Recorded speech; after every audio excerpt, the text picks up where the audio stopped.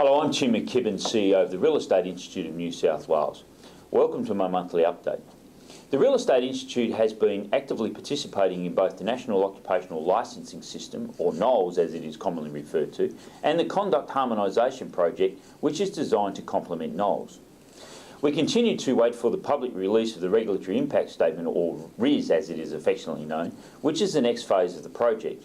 When the RIS is released, it will enable the Institute, and for that matter, other real estate institutes nationally, to have further input into the development of the legislative instrument that will govern licensing and the practice of real estate in Australia. Given that we have not yet cited the RIS, it appears unlikely that the nominated start date of the 1st of July is achievable. REI is supportive of both NOLS and the Conduct Harmonisation Project. However, our support is focused on creating the best system for the industry, consumers and the industry's professional service providers. To achieve this outcome, those with carriage of NOLS and the project need to engage and consult broadly with all stakeholders. This will of course take time, and the Institute is concerned that slavish adherence to predetermined timing milestones may take precedence over striving for the creation of a better system.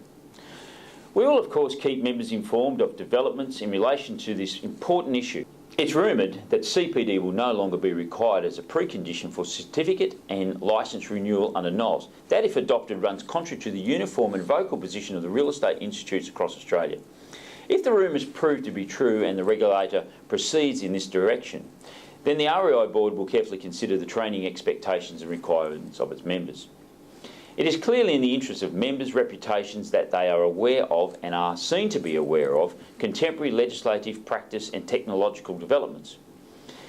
It is an implied term of all agreements between a professional service provider and their client that the advisor is aware of all matters pertaining to those services. Accordingly, it is incumbent upon the professional service provider to dedicate sufficient time towards maintaining their skills and knowledge. Training should never be a chore or a matter of compliance. If it is, then you're doing the wrong training.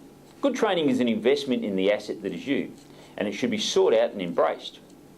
The REI board will be seeking input from members in relation to training expectations and the means by which members, through continuing training, can differentiate themselves from non-members in their market. It is clearly an interesting and challenging time for real estate practice.